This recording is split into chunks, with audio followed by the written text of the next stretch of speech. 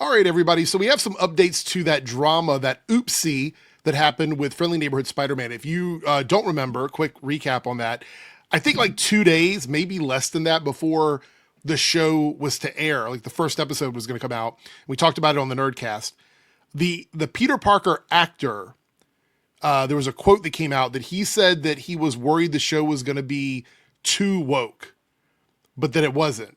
And the show goes on to have all this stuff in it that, like, all of these guys here on YouTube that complain about wokeness would have been like, that's definitely woke. So the fact he said it was just really weird. The whole situation was weird to me. It was a big oopsie. Anyway, Andy, shout out to Andy over here at Screen Rant, has an update to that. Like what is being said now, because we know the show is getting, I think, 2 more seasons. So let's read the article. Again, shout out to Andy. Go over and check this article out. I'll link it in the description down below. So it says MCU's new Spider-Man act. MCU? Okay. I wouldn't phrase it that way, but all right. MCU's new Spider-Man actor breaks silence following backlash to controversial woke comments. The newest Spider-Man actor in the Marvel Cinematic Universe. I mean, I guess if this is all like Elseworld stuff, it is sort of adjacent to the MCU, but I wouldn't personally say that. But maybe that's the narrative that they've been told to say here. I don't know. Is opening up about the backlash he received following his woke comments about the new Disney Plus series. While 2025's Marvel releases began with the arrival of Your Friendly Neighborhood Spider-Man show telling an alternative version of Peter Parker's MCU origin story, the Phase 5 series opened with some controversy after the show's leading actor Hudson Thames, I'm not sure how he pronounces it, expressed his initial concerns about Your Friendly Neighborhood Spider-Man being woke, which didn't take long before the Marvel star got criticized about his commentary. No shit. Like, Andy, I know you probably saw the streams when we were talking about it. If not, I kind of went in on it. I'm like, this is really stupid. Why would you even say this? Like, your show's about to come out. People were excited about it.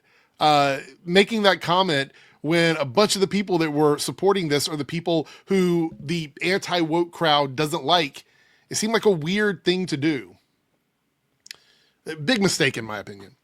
Nearly 2 months after the Your Friendly Neighborhood Spider-Man controversy, Hudson, because I don't know how to pronounce the last name, has discussed this matter as the MCU voice actor addressed the situation in a new interview with Juju Green. During their conversation, Hudson, who also voiced Spider-Man What If animated series, stressed that he felt his initial statement had been cherry-picked and used essentially with no context to just kind of stir up some drama, as he said the following in the new interview. So this is probably the clip. We might have to watch it here. All right, here we go. Yeah, I think this is from the clip.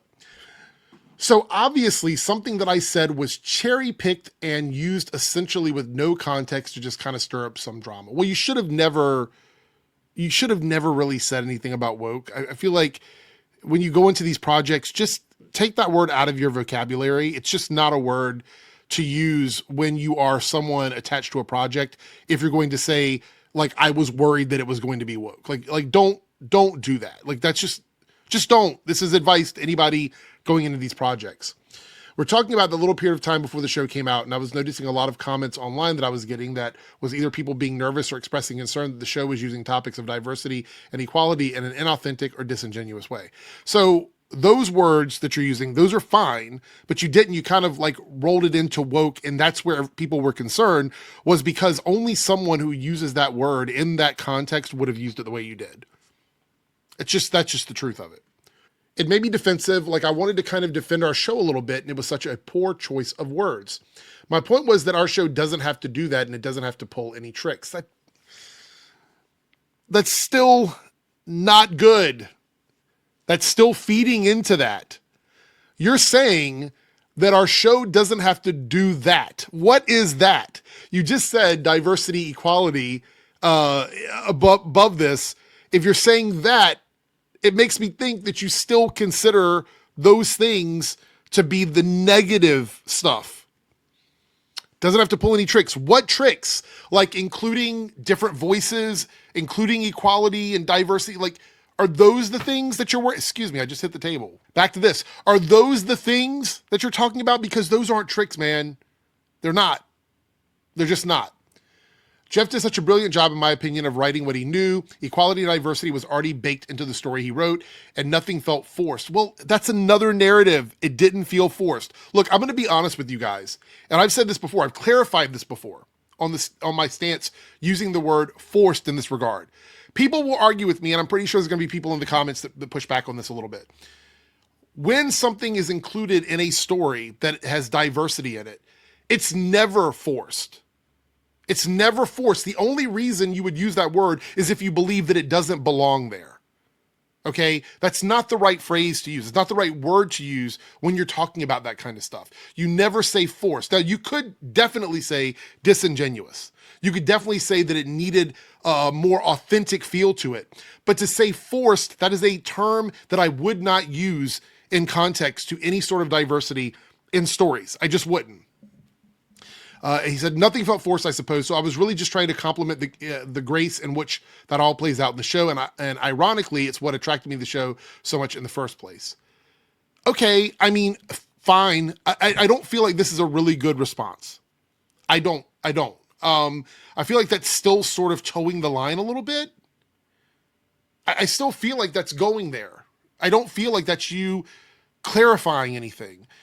You're still comparing wokeness to diversity and equality, and you're saying things didn't feel forced, which means that you do believe that those kinds of things would feel forced. It's like you're just digging the hole deeper, in my opinion. And so I get it. You want to defend yourself. I applaud you for that. But it's just, this is not the way to do it. And the original quote that made headlines in January 2025 came from the interview with Collider, where Hudson had expressed his early concerns about your Friendly Neighborhood Spider-Man series. This is what was originally stated prior to your Friendly Neighborhood Spider-Man premiere. I thought it was awesome. This is the original comment. I thought it was awesome. I mean, my biggest fear was like, it was going to be annoying and woke. That doesn't feel like cherry picking. That statement stands on its own. I know you don't think it does, but it does. And it wasn't. And I was just like, yes, this is great. It's so well written. It feels real. I'm the oldest of 5 boys, so I really feel like I kind of know what's happening in their lives in high school, and I felt like I was doing that justice. I don't agree with that take. I think you could have phrased this in a different way. Okay, so let me put this out there. Do I think that he intentionally wanted to offend viewers by saying something like this? No, I don't. I think that this is the term he used because he is wrapped up in that online community. The fact that he even knows that exists tells me that he's probably going in places it's not the best places to go. And I know because I kind of float between two spaces there. So for me, it's like, I still feel like that's really not something that I wouldn't even go there if I were involved in a project. Like if I were doing a movie or a TV show, I wouldn't use a term like that to express that the show isn't this, because then you are insinuating that this is bad. Does that make sense? So like the fact that he used woke and saying I was worried that it was going to be woke and annoying means that to him, those two things are negatives. So there's no mincing words there. That's literally what you meant when you said it.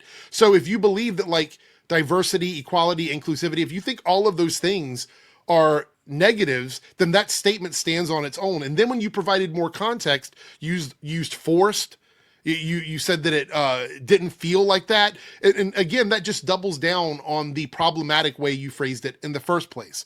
So again, do I think that he's doing this on purpose and this is some guy that goes around, saying woke this, woke that, or whatever? I don't think so. It doesn't feel like that to me. What it does feel like is that he's someone who has heard that phrase used, and so it's become part of his vocabulary, and he thinks it's okay to talk down against that, even though he knows that word represents equality, diversity, inclusivity, acceptance, all of that stuff. He knows that. So why would he use it, as a pejorative? It just doesn't really make much sense to me in that regard. But I could be wrong. Again, there's more in this article. I'm not going to read the whole thing. If you guys want to check it out, go over and support Andy and, Screen Rant if you want. I'm going to put the link in the info box. But yeah, this isn't good, right? It's just not. And if I were him, I wouldn't engage with this moving forward.